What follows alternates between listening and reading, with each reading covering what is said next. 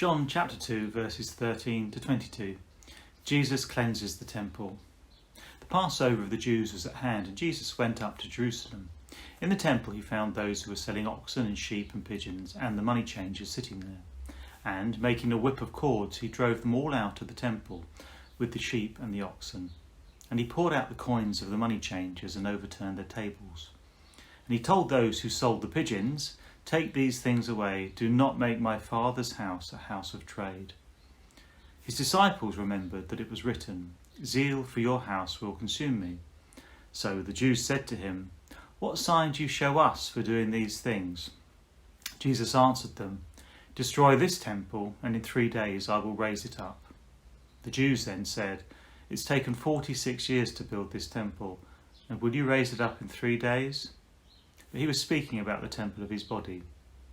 When therefore he was raised from the dead, his disciples remembered that he had said this, and they believed the scriptures and the word that Jesus had spoken.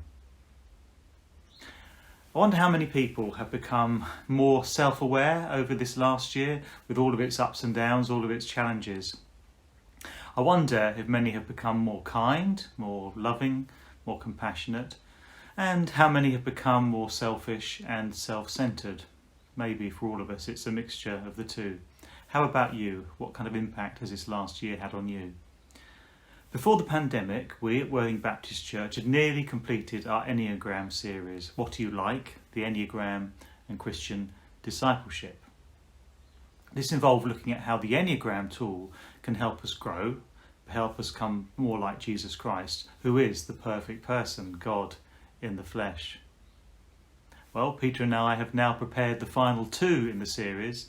The others are still available on the Worthing Baptist Church website, so you might want to see them as a refresher or for the first time. As a reminder, the Enneagram is an ancient personality system. It was developed more and became more popular towards the end of the last century and has continued to do so with individuals, with businesses and with many churches. It's based on what it identifies as 9 distinct patterns of thinking, feeling and acting. Each of us, each person, is one of these 9 distinct types, so 1, 2, 3, 4, 5, 6, 7, 8 or 9 type. And whilst you remain this particular type from birth, it doesn't change. If you're a type 7, you're always going to be a type 7. But the more aware we are of how our particular type influences our inner drives, our motivations, our reactions, how we see things, the more we can learn and choose to respond in different ways. So rather than reacting to people and situations from a less healthy version of our type, we can choose to respond from a good place. We can choose to respond from that Christ-like place. So the Enneagram Tool helps bring the unconscious, things that we're unaware about ourselves, into consciousness. It helps us become more self-aware, and this can help us develop a more Christ-like character. Think of the fruit of the Spirit we read about in Galatians. We become more self-aware as we become more Christ-aware. And as we become more self-aware, we know where we need to get to or closer to in terms of the character of Christ. As a minister, I really believe that the lack of self-awareness amongst Christians is the biggest hindrance to our discipleship. That is, our learning to love God and others and love ourselves in a healthy way.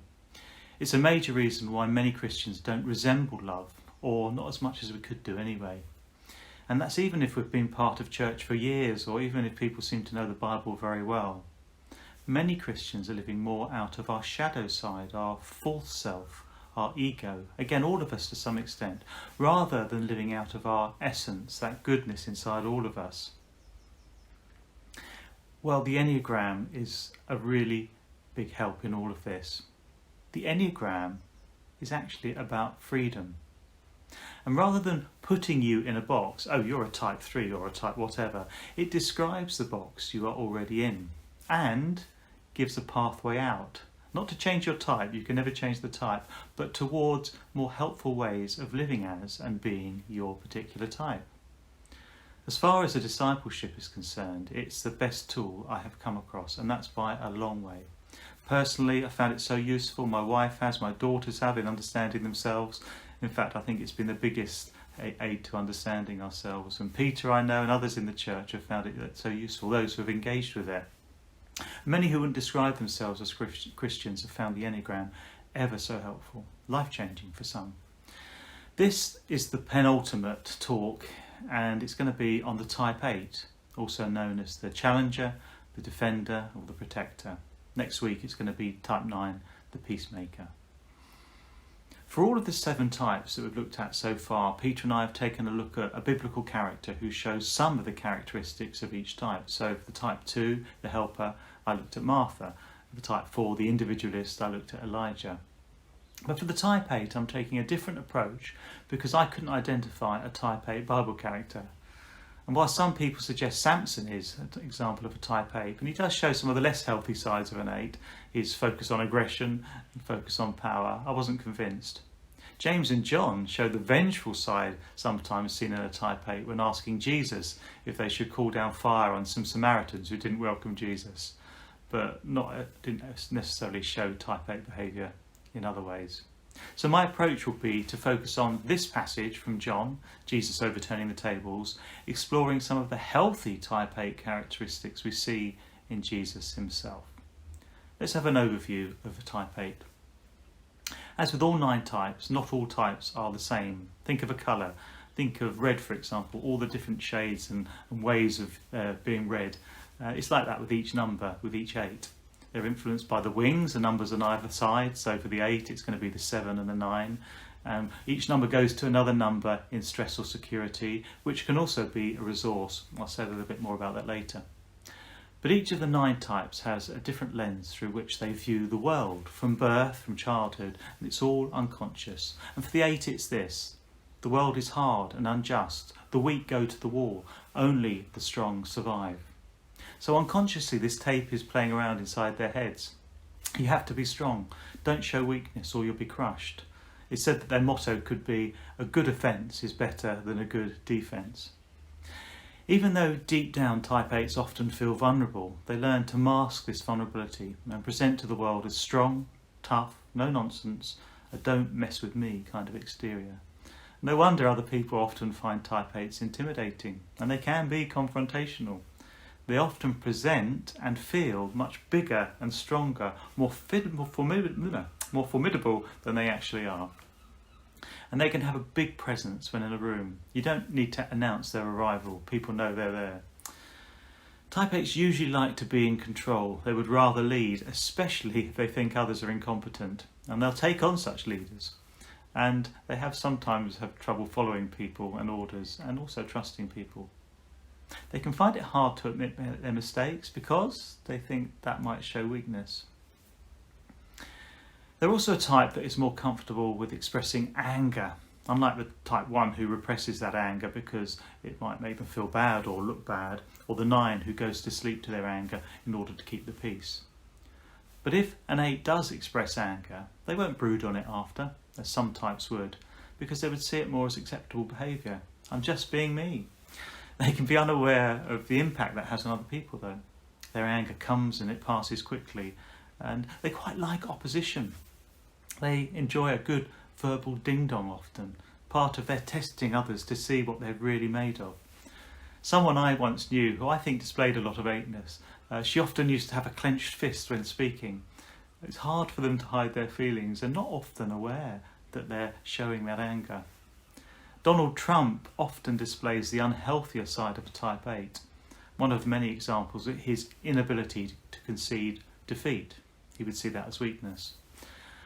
When unhealthy, type 8s fear they're going to be betrayed and they find it hard to trust.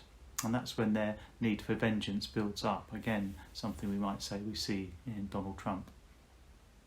Each of the 9 types has a different defence mechanism. And this defence helps preserve their worldview and how they see themselves, how they keep that false self in place, that personality. And for the 8, the specific defence is denial. For example, they might not see their own weakness, their own limitations. They feel more powerful than they actually are. Or they might deny that they've lost something because loss is so hard to see and deal with. But as with any of the 9 types, how a type is will depend on their level of self-awareness, their maturity, their health. And the more positive characteristics of an 8, and these can be expressed healthily as well, they often stick up for the underdog, somebody being mistreated. They are very caring and protective of those around them. Again, that can be expressed in a healthy way or a less healthy way. They use their strength for justice. And when healthier, they can combine directness with compassion. As to be said, 8s often get a bad rap. People see the tough exterior and they find that scary. But they can be very, very tender-hearted. I think they have a suit of armour on the outside to protect their tender heart. I tend to see 8s as teddy bears, soft on the inside, although they can often resemble a grizzly bear at times. Sometimes their 8ness can lead to relationship problems, and that's really sad because although they like respect, that respect their image demands, sometimes, maybe always, they just want to be loved. I have a warmth for type 8s, especially if they're healthy, I must say, but I do find really unhealthy ones, perhaps like Donald Trump, very difficult. But it helps me understand them more, I guess. Each type has a particular passion, a vice. And for the 8, it's lust, or Lust in the German. And it's not just in that sexual sense, but lust after intensity, thriving on action and energy. And if it's lacking, they might stir things up to energise. They're the Enneagram type with the most energy, getting energised often, sometimes from arguing, especially if they're bored in a meeting, for example. It's said of 8s that they can start an argument in an empty house. Their growth path is to move towards their particular virtue, passion or vice to virtue movement. And for them, it's innocence. I don't need to be in control. I don't need to defend everything, sort everything out. Someone or something other than me will protect me or protect others. That's innocence. Often in an 8's childhood, they abandoned this innocence, maybe when they had to try and take control of life for their sake or for the sake of somebody else. For some, this was reinforced when they were given or praised for actually showing such toughness and strength. A real growth is for them to befriend their inner child. And then we have stress and security that numbers go to, and they go to different numbers under stress or security. And have a look at the diagram to remind you, and you'll see the way the arrows go with this.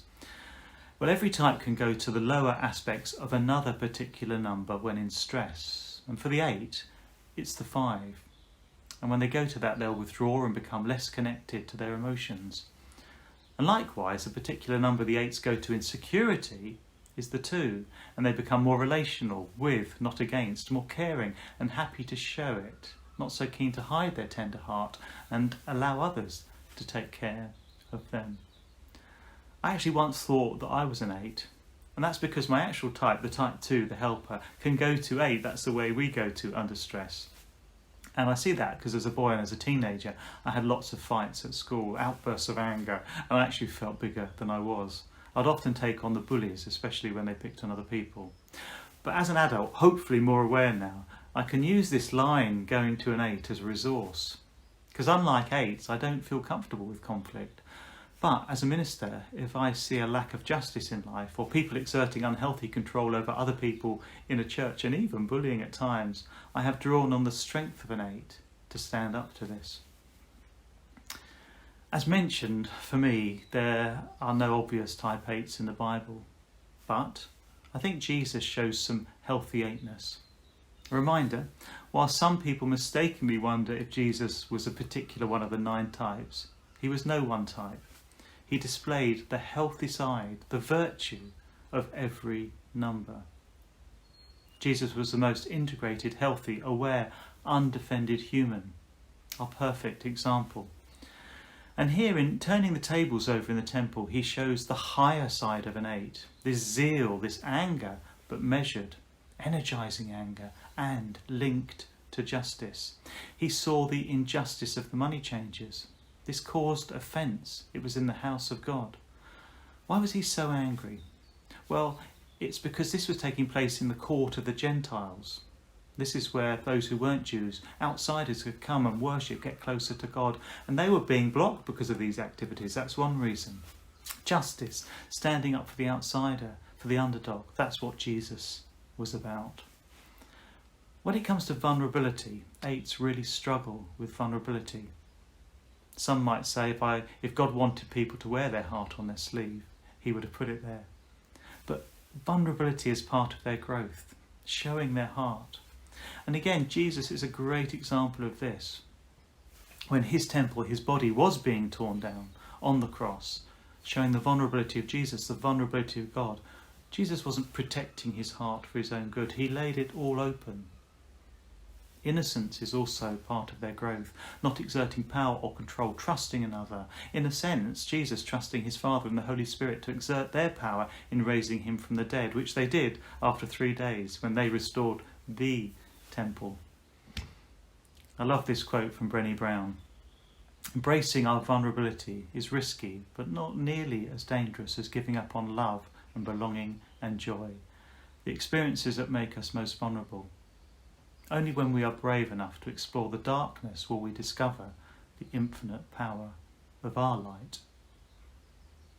So drawing this together, it's easy to mistype yourself or other people when it comes to the Enneagram, and I did that with myself many times.